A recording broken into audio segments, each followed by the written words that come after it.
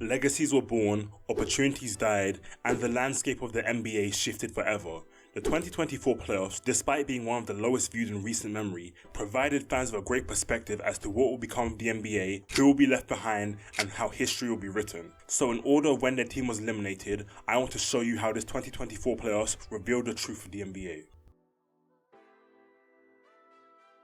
KD dragged this franchise to the depths of hell, and I don't mean in a le GM all bad trades are his fault-esque manner. I mean before acquiring the Slim Reaper, the Suns had a roster of young stars like Booker, Bridges, Ayton and Cam Johnson, alongside the player that specializes in young star development, CP3. In just getting KD to the Suns, they gave up their depoy candidate Mikal Bridges, their spark shooter Cam Johnson, and multiple picks. It's like Japanese unaliving, they just gut themselves. But they didn't even stop there, because they further gutted themselves by trading away the nigga developing the young stars, Landry Shamet, and more picks to the Wizards for Bradley fucking Beal, an injured 31-year-old who wouldn't even play 50 fucking games. So now decades worth of rebuilding have gone down the damn shitter for not just a first round exit, but a sweep to Rudy Go fucking Bear. And the person you did all this for went 6 for 15 and 8 for 18 in back-to-back games.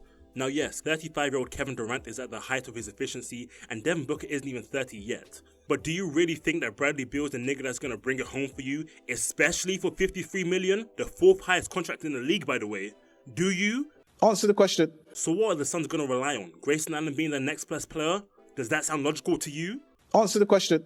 Honestly, the main victim here is Devin Booker, who after living through empty stats narratives and he's the next Kobe talks, finally got a glimpse of winning just to be smacked back down into mediocrity. Now they're too deep in, with too little money to sign anyone and too little assets to trade for any winning pieces, the Suns' modern existence of sucking and rebuilding culminates in one finals appearance and a sweep. A rebuild is imminent, and whether that will include Devin Booker, I don't know. I guess we'll find out. I don't care, you don't care, we don't care, they suck and they really aren't even competing in this West, even with a healthy Zion. B.I. is cooked, or more accurately baked, CJ McCollum is whatever, this sucks and we don't care. It's so fucking over.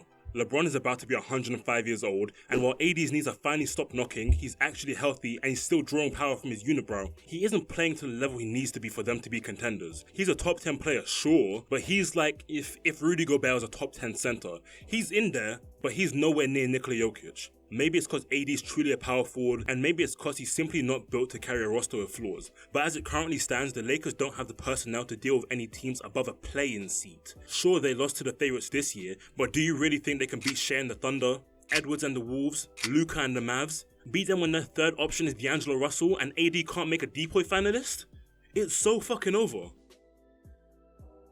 I'm gonna get straight to the point. Jimmy Butler has SpongeBob knees, and while he's done a lot for the organization, you can leave now. The Heat are as close as any team to winning it in the East. They're truly only one piece away, but Jimmy Butler is 34 years old, having to drop 56 points to win by 5, and is consistently leading them to fight extra games in the play-in. Now you can keep him and trade Tyler Hero and Jaime Jaquez and Nikola Jovic or Damian Lillard or Kevin Durant or whoever the fuck. But if you're trading away your future and relying on Team Giza to beat the 64-win Celtics, who will be improving over the next decade, who had a Finals MVP contender at 26 years old, who had a Finals MVP that is chopping life at 27, hit a shooting star press into an iron coffin because you're clearly brain dead.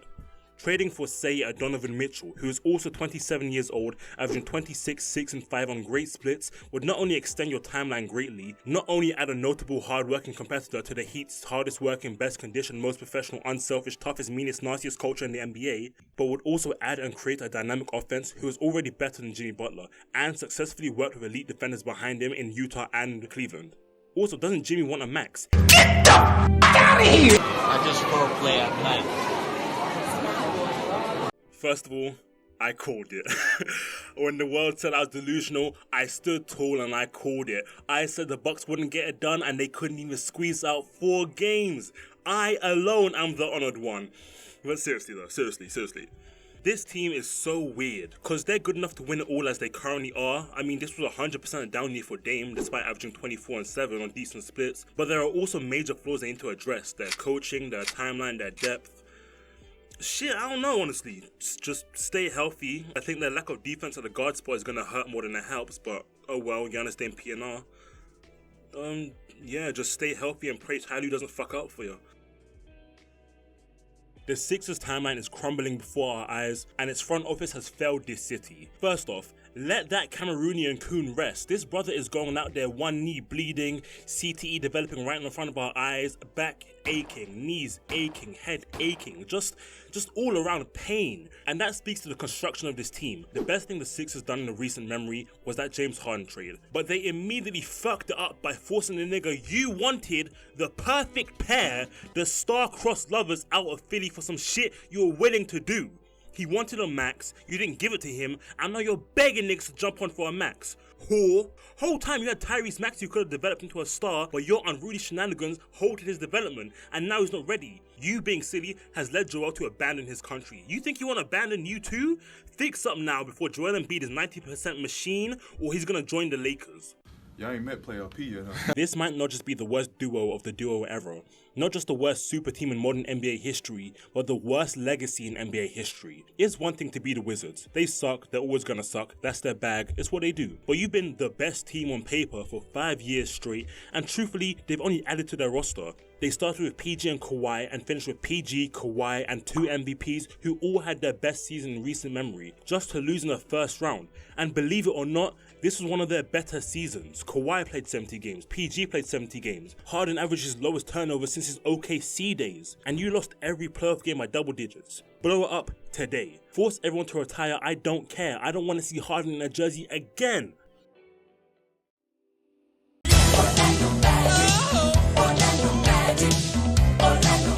Cleveland! I've been praying for Garland to get traded to the Spurs, and with this postseason, ooh, the prospects are looking good. Garland has been in 5 playoff series and 3 of them has not shown up, be it turnovers, be it efficiency, or just being us.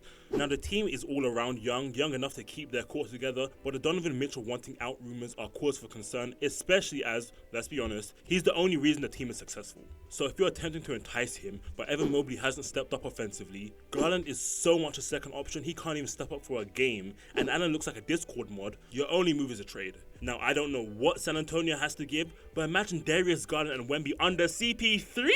Creaming right now, my tip sticky.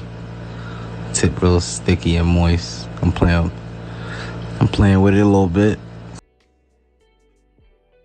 The thing about this Western Conference run is that barring the first round, it's not hard to believe that any team could beat another. As the Nuggets lost to the Timberwolves and the Timberwolves lost to the Mavericks, can the Mavericks beat the Nuggets? And with the Thunder, it's the exact same. They could have plausibly beat the finals-bound Mavericks and then just as easily lost to the Timberwolves the next series. The main takeaway for this team is the value of experience, and that while they're good enough to bang with the big boys, they aren't perfect and their flaws either can be addressed by trading for them or simply improving. Both are entirely plausible. The Knicks are probably the biggest winners of this playoffs, seeing how piss easy this East is, as even with the whole team looking like Muhammad Ali Jr., they still went 7 games with the Pacers while missing their best defender, their center's ankles were Dougie in, and their other all-stars simply being Julius Randle. But they had major issues staring them in their face. Firstly, Josh Hart shot 30% from 3 in the regular season, but shot 37% in the playoffs? Do you think that's going to happen again?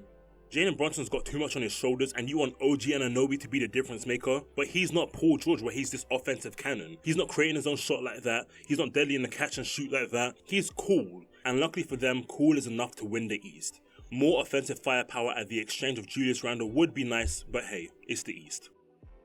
The Nuggets are fine, just run it back. I truly do not believe that the Pacers are built for this. They are new to this and not true to this. Not only is this a weak Eastern Conference, but they exclusively faced horrible teams. Spider-Man after he stopped the train-ass teams. And while I don't believe teams like the Bucks are gonna magically be healthier, Tyrese can only make so much of a leap as a player, and the surrounding teams are not only better than them in every facet, but they're also improving faster with Paul George's and Mikal Bridges'. I think the Pacers are going to be the East version of the Sacramento Kings. Maybe not out of the playoffs, but they're not competing for real. So, they got KD, but we got Jaden McDaniels. Let's get Ant out the way. He's going to improve. He'll be a top 10-ish player next year. Cool. Do you think Karl Anthony Towns will ever be a champion? Does that sound right to you? That's like saying Chris Paul finals MVP. You sound like a dickhead.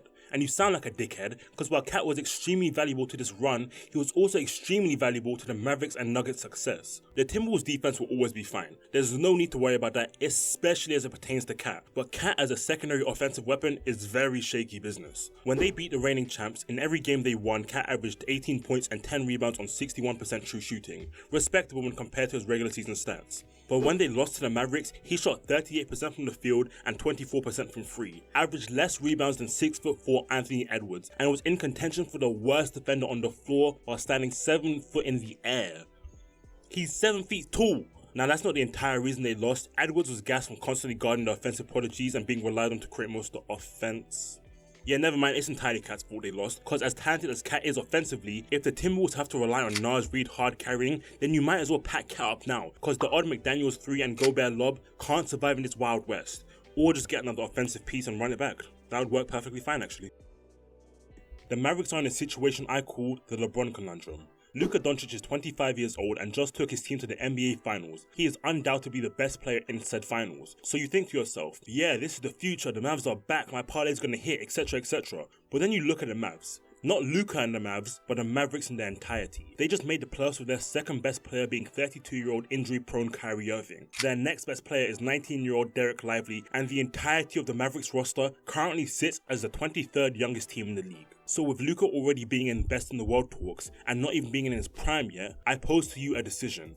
A. Do you go backwards and surround Luka with young-ish players to grow alongside him and potentially form a dynasty, i.e. the Grizzlies, who really aren't contenders but are still fighting with the bigwigs? Or B, do you lean into already being a finals team, surround him with semi-surefire vets, and commit Kyrie's final years to competing in the Wild West, where you would not only face champions, contenders, and 50-win play-in teams, but you'd also be watching the Thunders, the Spurs, and the Rockets grow into contending caliber teams, all while Luka is 30 years old, in his prime, wasting away on a rebuilding team because you bet on 3 years of solid Kyrie play?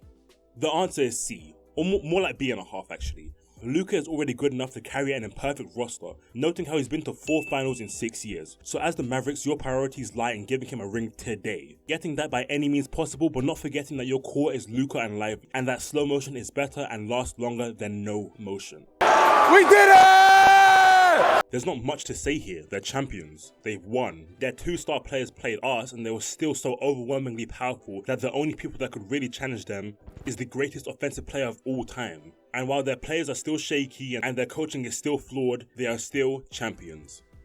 Anyway, here's a hot take. I don't think Jason Tatum is a number 1 option.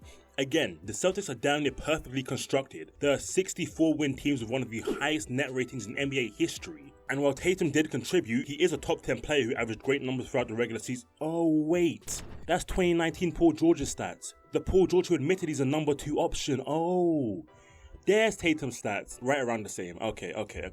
Even when we compare their playoff stats, barring accuracy, Tatum's numbers fall below Paul George's. Even if I compare Tatum's best postseason run, only then it becomes a discussion. When the statistically 4th best team in NBA history finished their run by going against a West team that just survived a Viltrumite culling, do you not think that Paul George could replace JT?